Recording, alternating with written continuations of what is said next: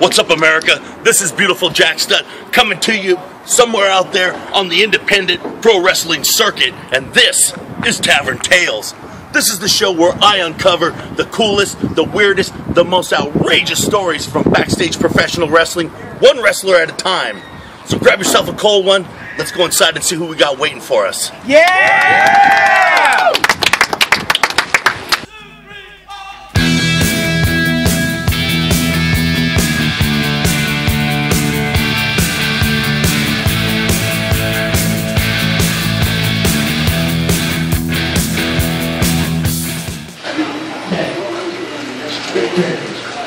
What's up, America? This is beautiful Jack Stud. We're back at Tavern Tales. I'm here with my special guest at the time, Sasha Derevko.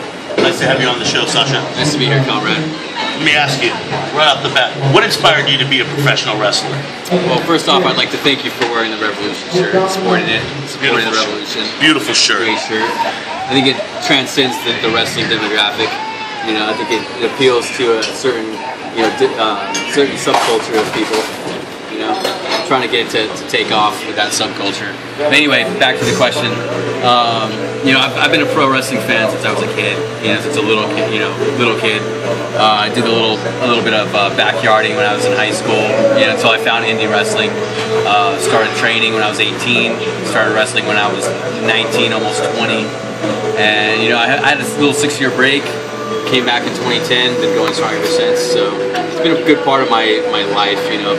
A good percentage of my life has been involved in wrestling. So, Let me ask you, who did you train with? I trained at the UIWA West Coast Dojo. Head trainer was Johnny Hemp.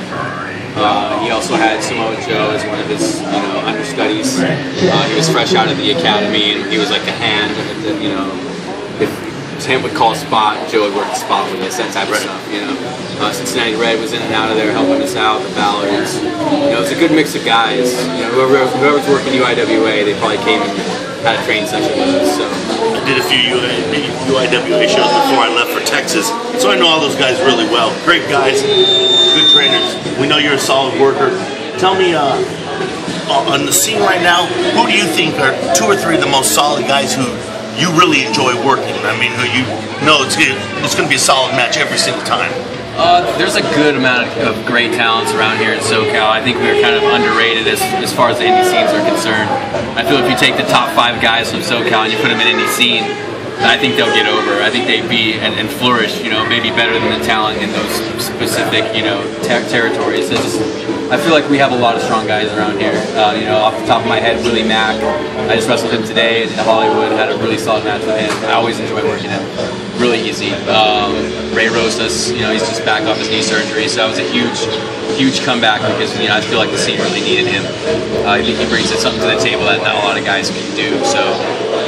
Mikey O'Shea, I've had many solid matches with Mikey O'Shea. He's a fucking great worker. Never had a bad match with him. Nice. He's a good friend of mine too, so I gotta put him over. There you go, man. That's what it's all about. Yeah, Mikey, if you're watching this, you owe me one. Who else? I mean, like I said, there's a lot of great workers. There's some guys I haven't worked yet, like Joey Ryan, that I would love to work. The list is getting smaller, thankfully, of the guys I haven't worked yet. I got a good.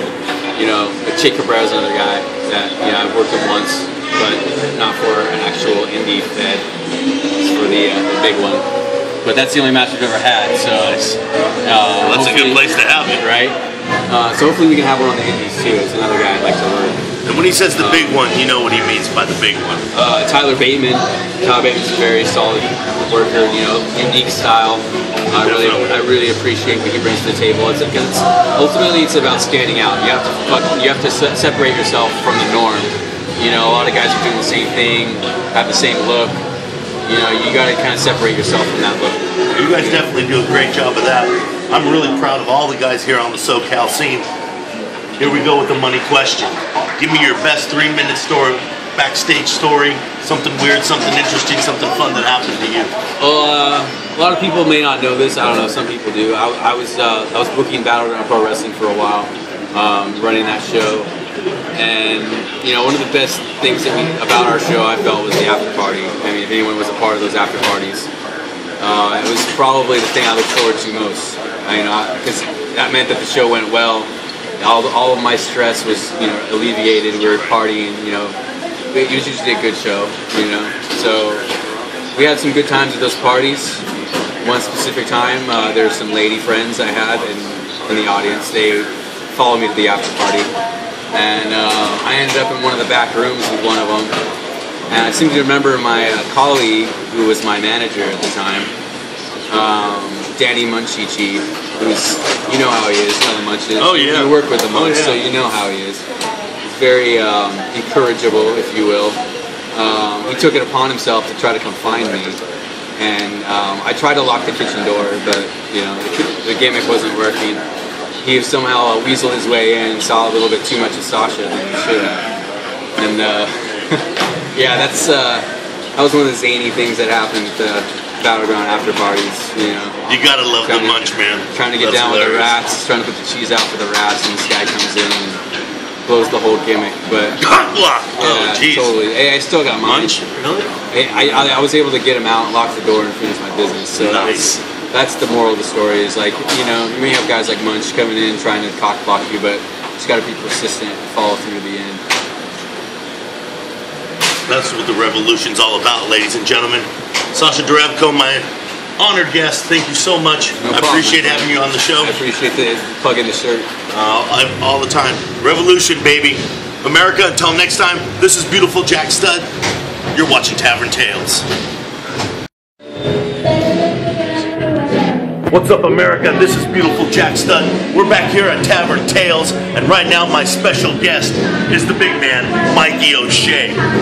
Thanks for being on the show, Mikey. Really appreciate it. My pleasure. First question, as always, what inspired you to become a professional wrestler? Who are some of the guys you looked up to, who you modeled your style after? Guys that I looked up to, the number one guy that I looked up to that wanted me to chase my dreams of being a wrestler is a guy named Mark Calloway, who is also known as The Undertaker. I looked up to that guy even before I was a wrestling fan. Every time I would accidentally watch WWF on television, I always admired who he was and how pretty much badass he was every time he was on television. I've also admired one of my most favorite tag teams of all time, without question, is the Hardy Boys. Of course, I'm not as daredevil as they are, but I like to show that despite being big and despite my appearance may deceive you, I like to show them that I'm more than meets the eye. You're definitely a very agile dude when you're in the ring. You move like a dude half your size, which is awesome. May I ask you, what do you have on the plate right now? What's going on with Mikey O'Shea? Where you been? What are you doing? Where are you wrestling? Right now, I'm just currently wrestling locally, and I wrestle for Championship Wrestling Hollywood at Oxnard, California, which we are in the area right now. And once a month, I've actually go to Oregon to wrestle for another company.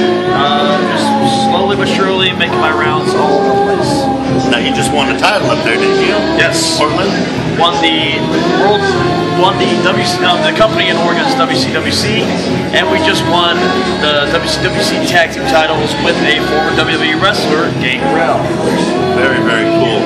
Really super cool guy. Absolutely, yeah. It was kind of weird to watch him as a kid, and now I'm a tag team champion with him, and he's actually one of the most humblest dudes you'll ever meet in this business. The dude is obviously a lot older than when I used to watch him, but he still moves like he used to back in the day. He's a beast in the ring. No question about it. That's awesome. Great influence for you. You're one of my favorite guys on the scene. I know you've been around for a few years now. This is the money question. What is your best tavern tale? Give me a good story, something that you saw, something that happened to you backstage or in the ring.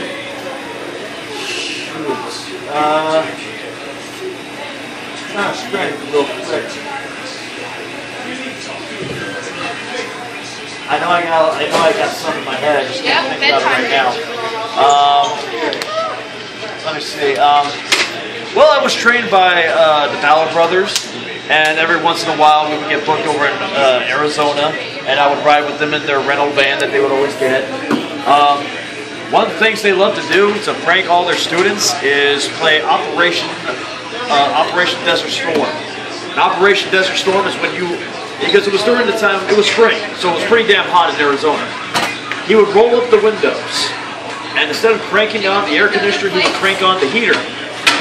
Whoever rolls down the window first loses. Now that's a fun game, but considering the fact you're also driving, you're out of your freaking mind. But yeah, the Valor Brothers are all fun and games, but when it gets right down to it, they're straight business when it comes to wrestling. I have so many stories I could tell, I just can't really remember. I love the Valor Brothers, actually on YouTube with them.